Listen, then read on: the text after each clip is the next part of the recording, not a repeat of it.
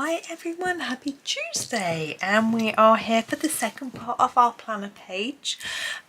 We did the two dragons yesterday, so if you didn't see the video you can catch up afterwards. There's nothing that's going to interfere with today's, or you can go off and watch it and come back, either way.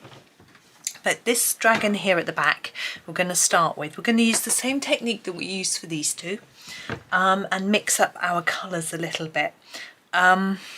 I am going to use, I'm just having a little look at what I've got because I haven't really planned this, you know, my usual fashion. I think I'm going to grab that one and that one. And that one. I'm just grabbing some pinks. Yeah, this one. So I have got, let me tell you what I've got so you can grab them. I've got the Process Red, the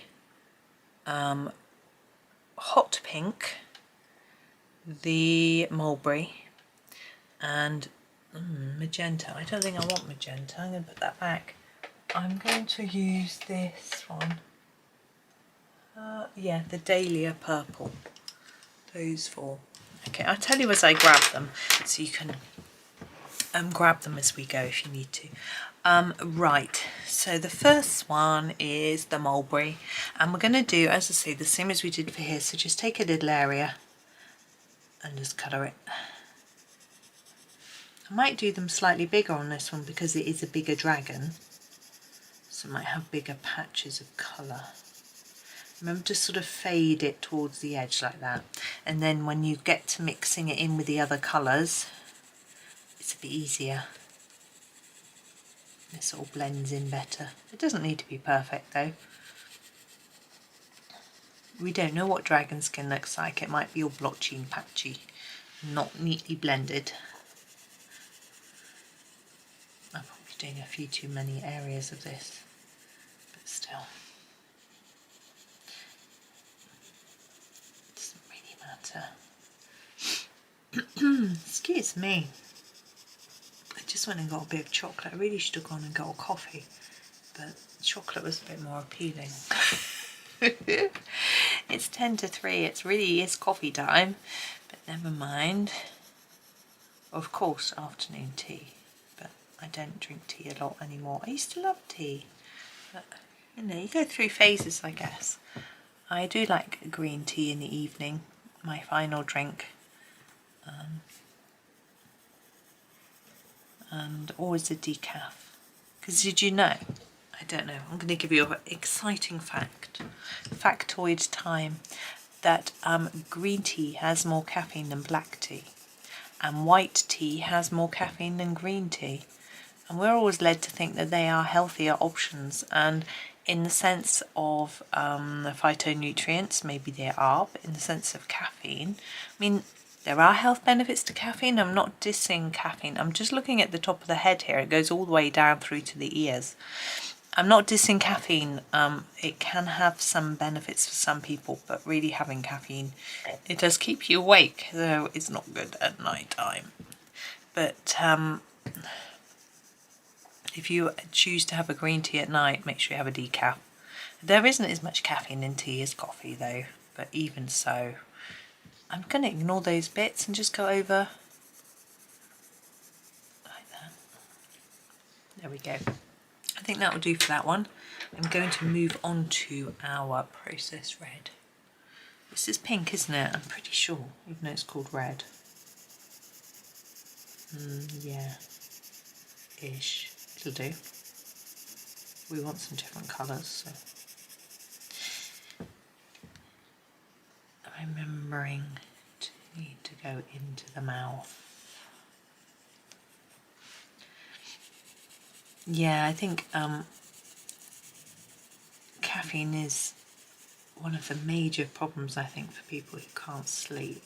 I know it's not as simple as that. Insomnia is not, if you've got like proper insomnia, then just giving up a cup of coffee is not gonna necessarily work. But I think there are a lot of sleep problems just caused by people drinking too much coffee. I don't think people realise that caffeine has a half-life like radiation. I mean, obviously not in the same dangerous, horrible way, but it's slowly leaves the body, not just all at once. And if you have one at, what was the figure I read? I think it was if you have one at midday, it only reaches its half-life by 6 o'clock. So there's still some in your system by bedtime probably. So you just have to be a bit careful. If you're if you're a poor sleeper, then it might help you a little bit to think about that. For me, it just makes me agitated, irritable, jumpy, horrible. I just not a fan at all. But chocolate doesn't do that. I think there's a myth, a sort of thing that people believe that isn't true. Urban myth? What do you call it? I don't know. Anyway, that chocolate has caffeine in it. Doesn't. Chocolate has theobromine in it. This is the hot pink. Now theobromine is different to caffeine. It still has that stimulant property. So I never used to let my kids have chocolate near bedtime, after tea, that sort of thing. But it excuse me, it isn't the same as caffeine. It's more of a relaxant rather than, it doesn't make you go jittery, I don't think, in the same way. But obviously everyone reacts differently. My husband finds it makes him really temperamental, angry, shouty, chocolate. So he has to have white chocolate because the cocoa just doesn't really suit him, which is interesting. But obviously, as I say, we're all different in in how things impact us. And I find that quite fascinating because if you think about the fact that, so I heard, I think it's true, that we're only genetically different, 1% different to a chimpanzee, and yet we're also different to each other. Just that tiny genetic difference can make such a big difference in our behaviour and our just everything about us, our personalities, our intolerances, our genetic disorders and everything else. It's just amazing to think that that we're so similar and yet so different. It's like me and my sister. I've got a really big patch here. I'm just going to bring this back, and I'm back with the hot pink in this space. It's just too big a space. There we go, that's better. Me and my sister are genetically identical. We're identical twins. This is dahlia purple, we think. Although, interestingly, my mum said that someone else who'd had twins that she knew, another twin mummy, had her placenta DNA tested to make sure that her twins were identical, but she wasn't offered that, so we aren't 100% sure that we're identical, but we look really alike, as children we really did. We look less alike now as adults because we're different sizes, and we're not, it's weird when one of us is a little bit more overweight, the other one seems to be really slim, and vice versa. We never seem to be the same size at the same time. It's very odd. So when I got married, she was slimmer than me, and when she got married I was slimmer than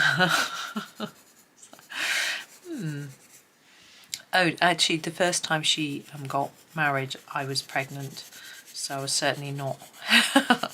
I was about 6 months pregnant, so that's huge. I looked full term because I was carrying twins. But anyway, but she's often marvels at the fact that we're so different. Personality-wise, we're quite different, but I think that is pretty much due to environmental reasons.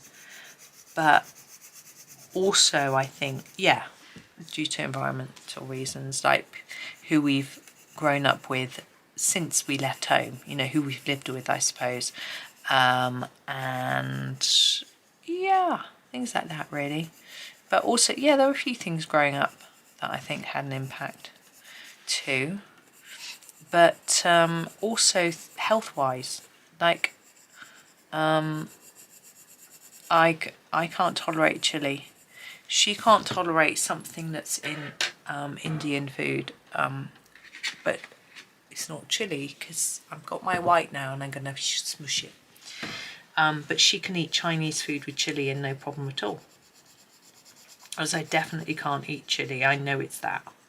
I've tested it in different types of food, cooked it myself. You know, tagine sauces and all sorts of things. I just can't. But so that's interesting that we have different intolerances. She struggled, I think. No, she struggles with this one thing that's in Indian takeaway food, but she's got no idea what it is, because when she makes Indian food, she's fine. So it's obviously a certain spice or something that she's can't tolerate, which is interesting. But generally she's quite tolerant of a lot of things that I'm not. So that's quite fascinating.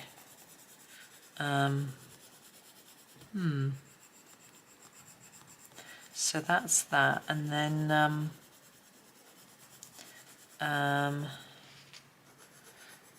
yeah, personality were quite. There are some huge similarities, massive, but there are also some big differences as well, and it's really, really interesting. And I just find twin studies and twins and things quite fascinating, being a twin, having twins as well, you know.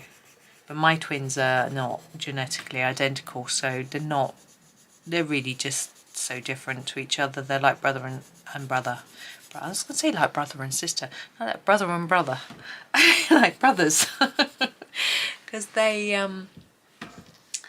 one of them looks like me, apart from his hair colour, which is like his dad's, because he's blonde and I'm not. Brown. Let's see, brown hair. Mainly grey. Well, actually he's gingery, like his uncle, and like I was as a child. His brother's got dark hair, but he, like mine was, but he looks like, so like his dad, which is fascinating in itself. So there's a, yeah, and he's got nearly everything like his dad. He loses his temper a bit like his dad, not as much as his dad, thankfully, a little bit. He's not, yeah, he's not so laid back. I'm a bit more laid back like my other boy. You know, it's just very, very interesting. So we're just gently smushing here. I find this very relaxing process. And you could use a blending pencil if you would rather not use the white. The purpose of using the white is so that it fades back a little bit, because we've got all these other bits and pieces, features to do, which I want to stand out. But you might prefer not to do it that way. It's up to you. Now, if you're using a different brand of pencil, you might find the white isn't so good and the colours don't smush so well anyway. But you can try different blenders. You can try blending fluid, might be better. It just depends on what brand you're using. Ooh, just sit up in my chair so I can reach this top bit a little bit more easily. I brought my soft pastels through for the background. Now, I know this part of the story, and the butterflies that are all around the dragons are very sooty and dirty black from the smoke that the dragons are making. So I was going to just do them grey. I need to sharpen this pencil. Sort of grey or black. I thought I might do them black and then do the background grey like soot. So sort of, it's a bit lazy really. You could make them beautiful bright colours if you want to, but I'm just sort of thinking I want to go along with the story a little bit and it's easier. So maybe I'm being a bit lazy, but it is the story that the butterflies are, because Ivy can't recognise her butterfly because she thinks they're just black moths, brown moths. I'm not sure, I can't remember now. I'm recolouring the book at the moment, but I haven't read the story again because I'm not doing it in order or anything. I'm just doing each picking a page that pleases me and doing that. Right, now I could pick some different colours for the rest of the dragon like I did for the blue dragon, but I'm thinking I'll do it more like the orange one and stick with what I've got. So I'm going to grab this dahlia purple and I'm going to do the edges of this sort of, and you can see how much darker it looks because I'm layering it up a little bit more and I haven't put the white, I'm not going to put the white on top of it, so you can't even really tell that it's the same colour as one I've used, but of course it will nicely match what I have done because it is the same colour. So you have advantages in doing it this way. Now if you want to colour these dots and scales and things on the dragon skin, you could use the colour like this, which is, you know, looks really striking and dark. But I am actually quite fond of the fact that it's pared back a bit and you can't really see it. But as I say, it depends on how you want to make yours look, really. Now I think I'm going to use this colour also around the edge of here, because you know I said yesterday I wasn't sure whether this was going to be like a necklace or whether it was actually part of the dragon, and I'm colouring it as if it's part of the dragon because I didn't colour it as a necklace yesterday because I just felt like that's what it looked like a little bit more than, I mean, had I done it in gold it might have just worked, but I haven't. So this is how it's going to be. Okay, husband moving around, he's going to leave in about 20 minutes, so I'll have to finish so I can say goodbye to him. So he's going to pick up the children. Let's just make sure they haven't been messaging me. Yes, one of them has been. No, it says I've got a message but I haven't. No. And one of them has messaged me. He said, how long now? He gets very bored in his Friday afternoon lesson. How long now, he said. So I replied, too long.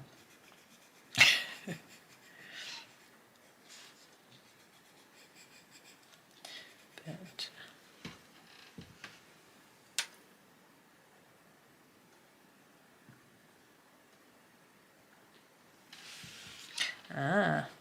husband is typing on my message to him.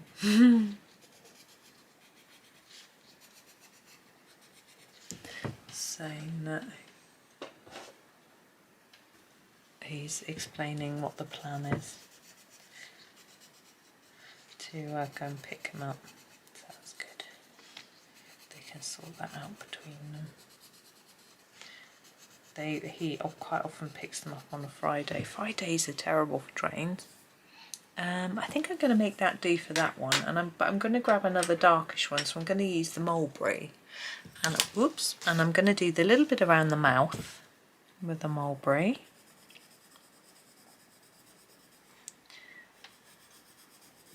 Now I'm not sure how I'm going to keep these teeth white because I'm going to do the background in a pastel. I might, if I use a white pencil on them really hard, it might resist the pastel. Gosh, it looks a bit pink, those lips, don't they?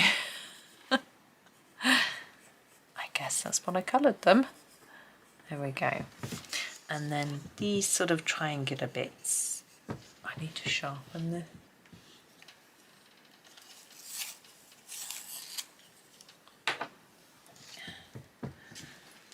To hold the page down as well, it wants to curl.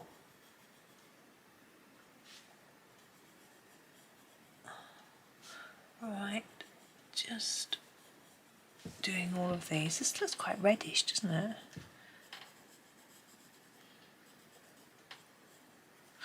Okay, and now in between I can, the hot pink, I think I'm going to go for the processed red, I think, to do these bits.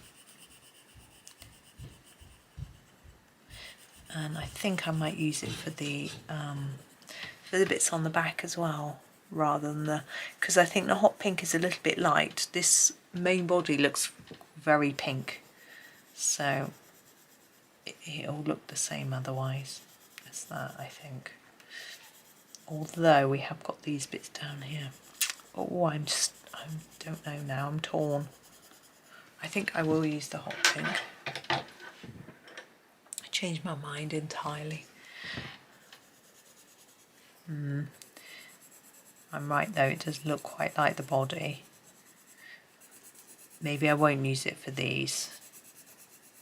Now I'm a little bit concerned doing the background with a pastel because I know these Prismas are very smudgy, so I think I might end up smudging them into the background and it might look a bit of a mess. It's my main concern. I'm going to go back to the process red for the spines.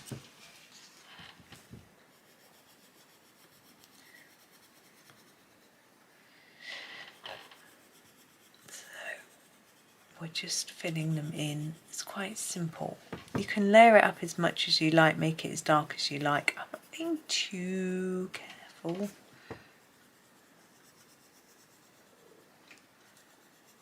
And then we've got the I'm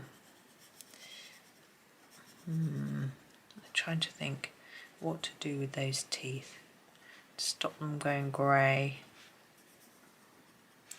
I may just put a layer of white on. I have to make sure my white is really clean and burnish it in and hope it resists it. May not work at all. We'll give it a go. So I'm going to just clean my white off. Make sure there's a bit of pink on it there. Make sure there's no pink on it. Give it a good sharpen. And go for it. So I'm just colouring each tooth individually. Of course I end up colouring over the black.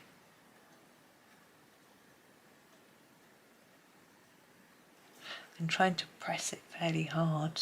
I don't press too hard with Prismas or else you end up breaking them. There we go, so that's the teeth. I have realised we haven't done the irises of the eyes. I'm wondering whether to do them all the same. I'm thinking I'm going to use this. This is 90% cool grey. I'm going to start at the top quite dark and then just a bit left there. This one's too small.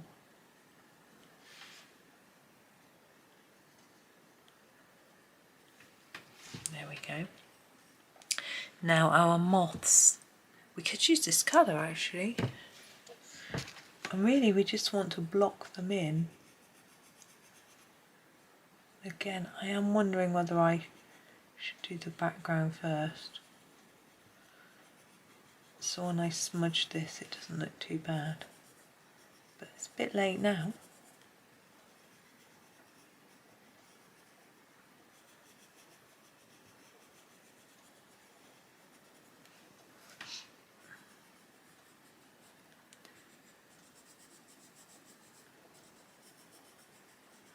So just plain colouring really. I mean, I did do some in my Ivy book where I coloured and then put some grey over the top so you could see the colour through the grey, and then it did look like they had got sooty. But for this one I'm just going for it in grey. I'm wondering whether I'd be better off doing my background in pencil rather than pastel so that I can be a bit more accurate with it. And then I won't make such a mess, but I want that sort of smoky, dark cave look, which I think the pastel will give me really well. So, sort of reluctant to use pencil because I think it might look a bit too dark. I won't give the look I'm wanting, but of course it's safer option because I won't smudge everything. I'm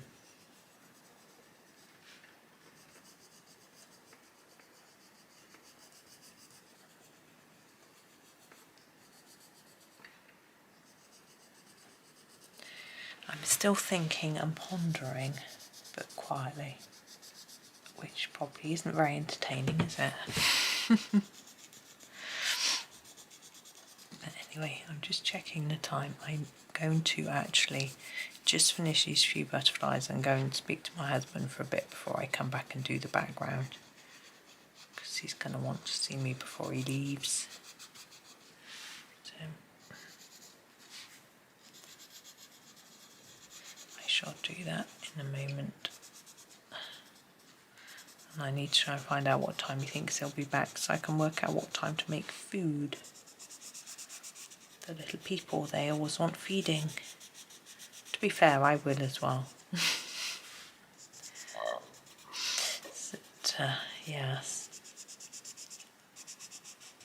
It's one of those use up all the food you've got meals tonight because we're shopping tomorrow. That one's gone out the lines a bit. Okay, I shall go and have a chat with him and be back. Right, I am back now with my pastels all ready. I haven't actually got a pad out to one of my cotton pads out to do it with, but you know, nearly there. I was having a long chatter with husband who's getting ready to go out and pick up children. Right, here we go. Now these are washable cotton makeup applicators or removers, I'm not sure which, and they're really good with the pastel. They're slightly rough, I think that helps a little bit, but they've got a bit misshapen, and because I washed them a lot, but you know, that's fine. Now I don't want a really dark background, but I know that these two greys are really pale, so I'm going to go for this middle one here and show you. Look, that's what it looks like. I'm going to start down here and just see if it's the right colour. It is for me. Now I want it to look smoky, so I'm going to go round and round, so I sort of create a slightly uneven, swirly, smoky effect like that. Now I'm being a little bit careful on top of these butterflies so I don't smudge that black. Well, it wasn't black, was it? But because I'm doing this sort of swirled smoky effect, I don't think it matters so much if I smudge it, which is part of the reason, as well as the fact that it means I don't have to get it so perfect. Now I've got to get in between these teeth, and I'm actually going to use a slightly different tool. I'm going to use one of these. These are cosmetic tipped cotton buds. A Q-tip would probably work just as well. I just don't use these for anything else. In fact, I think a Q-tip might be better than this, but or a cotton bud rather than the cosmetic one, because it's a bit soft. But I'm going to try and get in between the teeth with this one. Now we'll see whether my burnishing with white pencil has helped. I think it has a bit. One of the teeth looks a bit pink, but it's not too bad. Better than I expected, so that's always good. Oh, I'm rubbing the wrong pastel. Let's keep going round and round. Yeah, I've got to go and make some tea soon.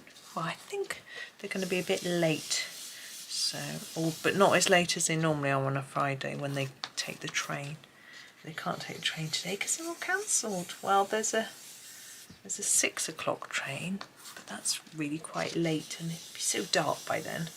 Husband likes to go and fetch them and know that they're safe and sound and in, so that's nice.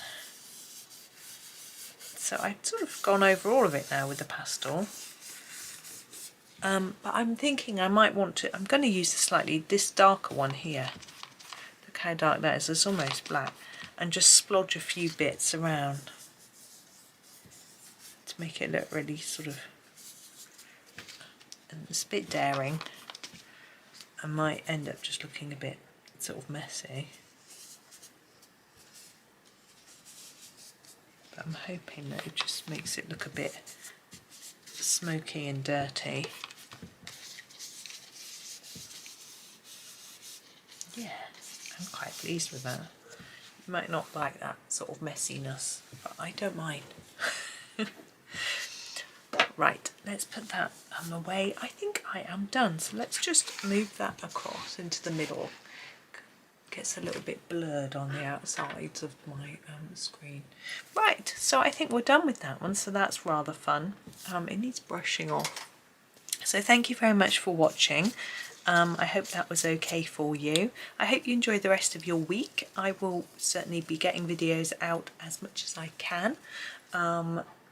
Yeah, but yeah, if you only pop in for my weekly ones, then see you next week. But I hope you pop in and look at a few others as well. So have a jolly day and happy colouring.